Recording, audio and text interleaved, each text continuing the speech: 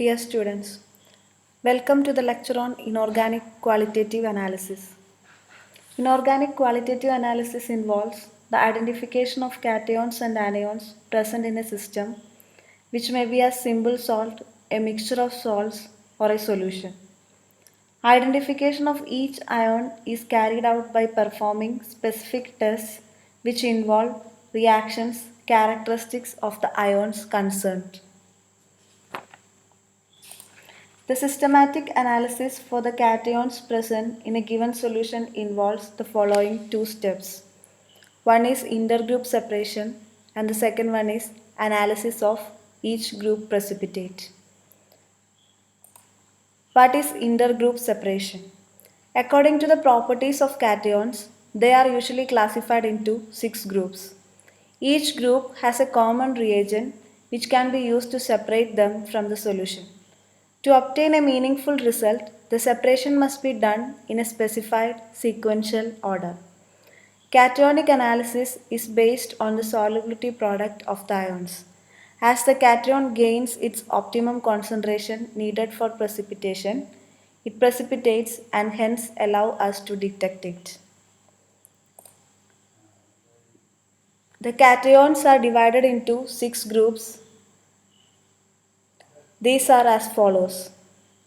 Group 1, for example, mercurous ion, silver ion, lead ion, etc. And the group reagent is dilute HCl, and these ions, cations, are precipitated as their chlorides.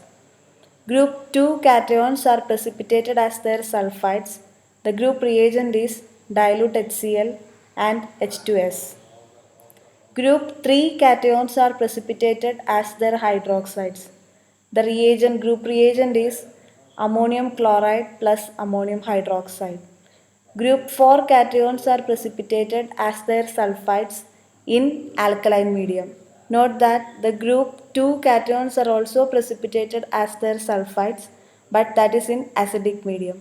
The group 4 reagent is ammonium chloride plus ammonium hydroxide plus H2S, and the cations are precipitated as their sulfides. Group 5 cations are precipitated as their carbonates. The reagent is ammonium chloride plus ammonium hydroxide plus ammonium carbonate.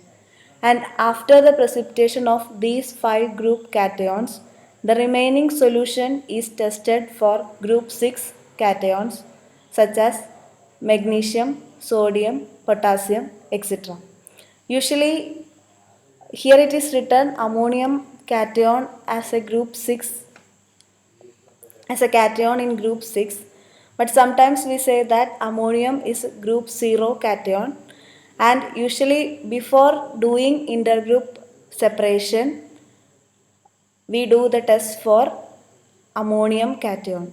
So note that all the cations except ammonium are metal cations, whereas ammonium cation NH4 plus is a non-metal cation. The students are advised to learn this table for the division of cations into different analytical groups before doing the inorganic cationic analysis experiments. Any precipitate can be separated from the mother liquor by filtration or centrifugation. Filtration can be done using a filter paper, funnel, and a conical flask.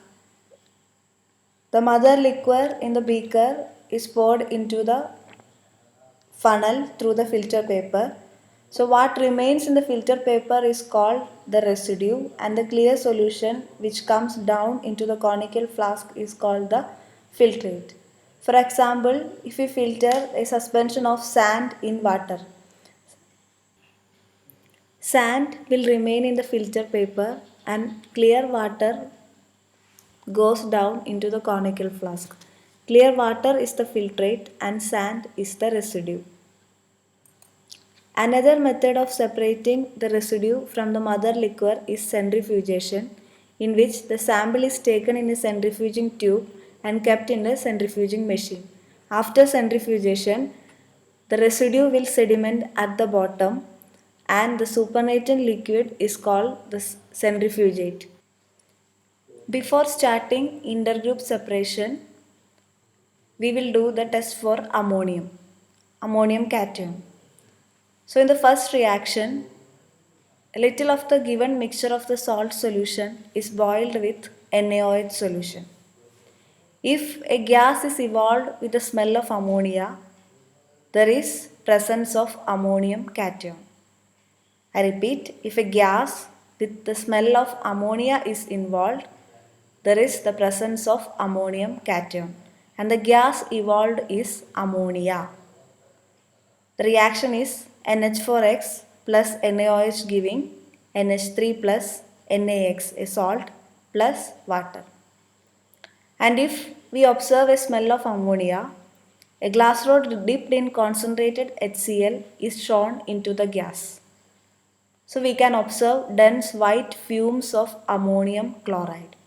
This is a confirmatory test for ammonium cation. In the next test, a filter paper moistened with Nessler's reagent is shown in the gas evolved in test 1. A brown stain appears on the paper when ammonium cation is present. This is another confirmatory test for the ammonium cation. The brown stain is due to the formation of brown basic mercuric amino iodide. So, when ammonia is evolved, the filter paper moistened with Nessler's reagent is shown into it. So, ammonia plus Nessler's reagent gives mercuric amino iodide, which gives brown stain on the filter paper. So in the first test, if there is no smell of ammonia, no need to carry out test number 2 and test number 3. If we observe a gas evolving with the smell of ammonia, we will carry out test number 2 and test number 3. These two tests are the confirmatory tests for ammonium cation. After doing the test for ammonium, we will start intergroup separation. The solution containing unknown metal cations is taken in a test tube and dilute HCl is added to the solution. When dilute HCl is added, if group 1 is present, group 1 cations will be precipitated as chlorides. If group 1 is absent, there will be no precipitate in the test tube. If there is precipitate, the precipitate is separated by filtration or centrifugation and the filtrate which contains remaining metal cations is used for the analysis of next group. In the next step, to the remaining solution containing metal cations, it is diluted, heated and H2S is passed.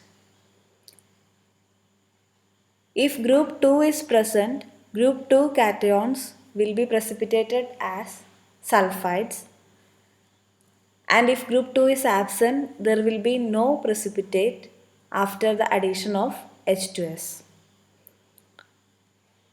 If group 2 is present, the precipitate is removed from the solution either by filtration or by centrifugation, and the remaining metal cations will be in the centrifugate or the filtrate. For the analysis of third group, H2S is boiled off and H2S is first boiled off and a few drops of concentrated HNO3 is added. After that, ammonium chloride and excess of ammonium hydroxide are added. If group 3 is present, group 3 cations will be precipitated as their hydroxides. If group 3 is absent, there will be no precipitate. If the precipitate is present, it should be removed either by filtration or by centrifugation. And the remaining filtrate containing other metal cations is further used for the analysis of group 4.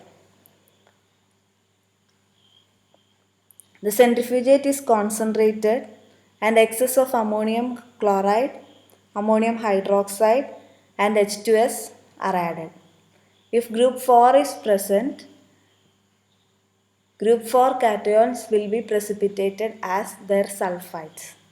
If group 4 is absent, there will be no precipitate after the addition of ammonium chloride, ammonium hydroxide and H2S. The precipitation of group 4 as sulfides takes place always in an alkaline medium. So, make sure that we have added excess of ammonium hydroxide reagent in this step.